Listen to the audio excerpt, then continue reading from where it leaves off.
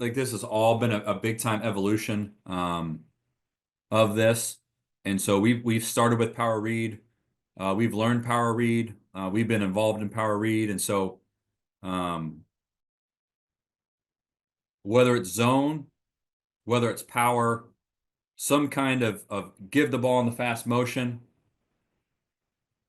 or let the quarterback run the power. And so this is truly power read. And so we're reading the end. If he squeezes, we're giving it to the motion guy, right? And then we have some kind of blocking scheme here, right? So we have some kind of blocking scheme here, here, and here, based on how we tag it, right? How we tag it. Sometimes we'll have this slot guy go crack on the Sam, and then this guy will lead on the safety. Sometimes we'll just have them block straight up, and we'll have the back lead on the Sam. Kind of depends on how we tag it versus who we're playing that specific week. But we are reading this front side end here, right? So he shuffles down the line. Three's got his eyes on him right now. He hands it, right? Give it to this is one of our little fast guys now. Give it to a little fast guy, let him run. He did a good job breaking tackles there. Here it is again. Now we're giving it to a bigger guy. Now this is our bigger all-American tight end kind of guy, right? So he's going to be a little bit harder to carry, a little bit harder to tackle, to bring down. So again, using power read, right guard is pulling. We'll get to this case. Right guard is pulling to block 46, but he's not going to chase, right? So if 46 runs away, he needs to stay up into this alley, this lane for the quarterback. We don't let those guys chase on power read. Okay, I would even tell him to keep it tighter, to stay in here, to maybe block that guy as he comes, right? He's blocking for the quarterback. Let me go out wide. I want this receiver to kind of motion a little bit faster here just to get on it. See, our tight end is blocking for the jet guy, right? This guy's blocking for the jet guy. The back's blocking for the jet guy. Everybody else is blocking for the quarterback. So the 5-0 line are blocking for the quarterback. Everybody else is blocking for the sweep. Again, just these last 5 yards, right? Making contact there and then dragging those guys that last 5 yards is huge. So that's why we like not only giving it just to the little guys, but giving it to these heavy guys too, and make these little pencil necks on the edge try to tackle these big guys.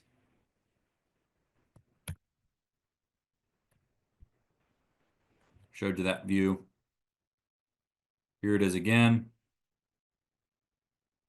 Now, this team here, they were very petrified of our play action pass that I showed you in the last session, right? Anytime we fast motion, this is their best player on defense. If we can fast motion and get him guy backpedaling out of there, we're going to hand this ball off all day long, right? So you can see that fast motion. This guy's eyes instantly go out to number 1, right? He's waiting for that post route. We technically called crack, which means he should go to the safety. And the tailback is going to lead on the corner. But as he tries to get there, he can't get there, so he just kind of stays on him, and the back adjusts. In fact, the outside receiver actually did get off that guy late, which I didn't like. He should have just locked on his guy.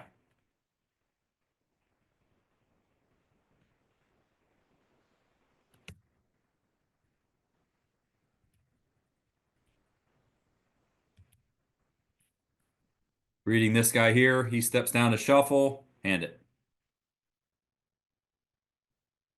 This is the one where our tight end dribbled it to himself, dropped it, bounced, popped right back up to him. Okay, now we got it going to the field, not just the boundary. So here we're in a short split here. Again, going to the field. Great block here on the Sam. This back leads. Touchdown.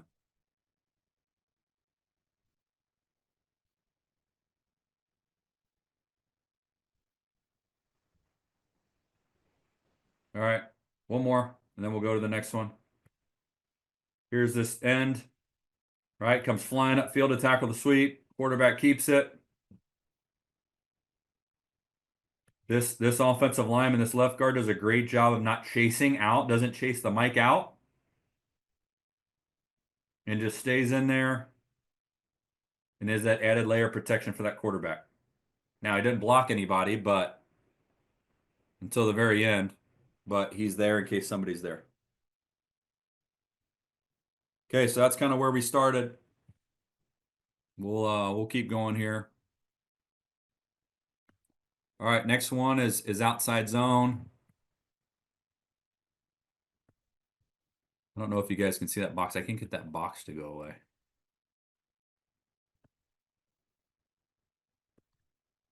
Hop on here if that box is down there and bugging you guys. Okay, now we'll do outside zone with it. So now we're taking outside zone. So here it's to the field. Now we're not power reading. Now it's more of a give no matter what. We called jet. We called outside zone. There's no read. It's just a handoff. We like to mix in field outside zone too. We like to do the boundary, but we like to mix it up and do field as well. See, it worked well here. We're just blocking outside zone. This tailback, because we call jet, he becomes the extra guy. The box is bugging me. I don't know if you guys can see it, but the back becomes the extra blocker out there. This brings up a good point. I know this is kind of rainy video, but I want to show you. Anytime your back is leading for a guy in jet motion, we tell this guy to fire his gun, right? So this 20 guy out here, right? If he sit here and he starts to break down and try to get this guy and he tries to pitter patter his feet, our motion guy is going to run past him. He's not going to block anybody. We also don't want him breaking down and trying to make the perfect block. We tell him, dude, just go throw in that guy, go fire your gun, go hard, and let the motion guy cut off of him. Right? So whatever way that guy, defender goes, we're going to cut opposite. So here, 20 goes. He goes ahead and fires through that outside shoulder. We're not allowed to cut anymore on the second level and third level in college football. So he just goes and fires his gun up top, tries to shoulder block him. That dude jumps inside. 13 knows just to keep rolling. So anytime that back is leading for that motion guy, go fire your gun. Don't slow down. Another outside zone. Wabash is all down the line of scrimmage. Tight end does a great job kind of securing first level before he goes to second level. Running back does the same thing. He tries to secure first level before he goes to second level. I wish he got a little bit bigger piece of that next guy. He didn't. Still gained 4 yards. 3rd and 2, got 4 yards, right? We're stretching that defense horizontally.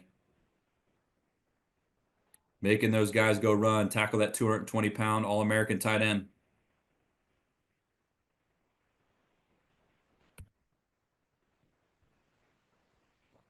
Outside zone up front.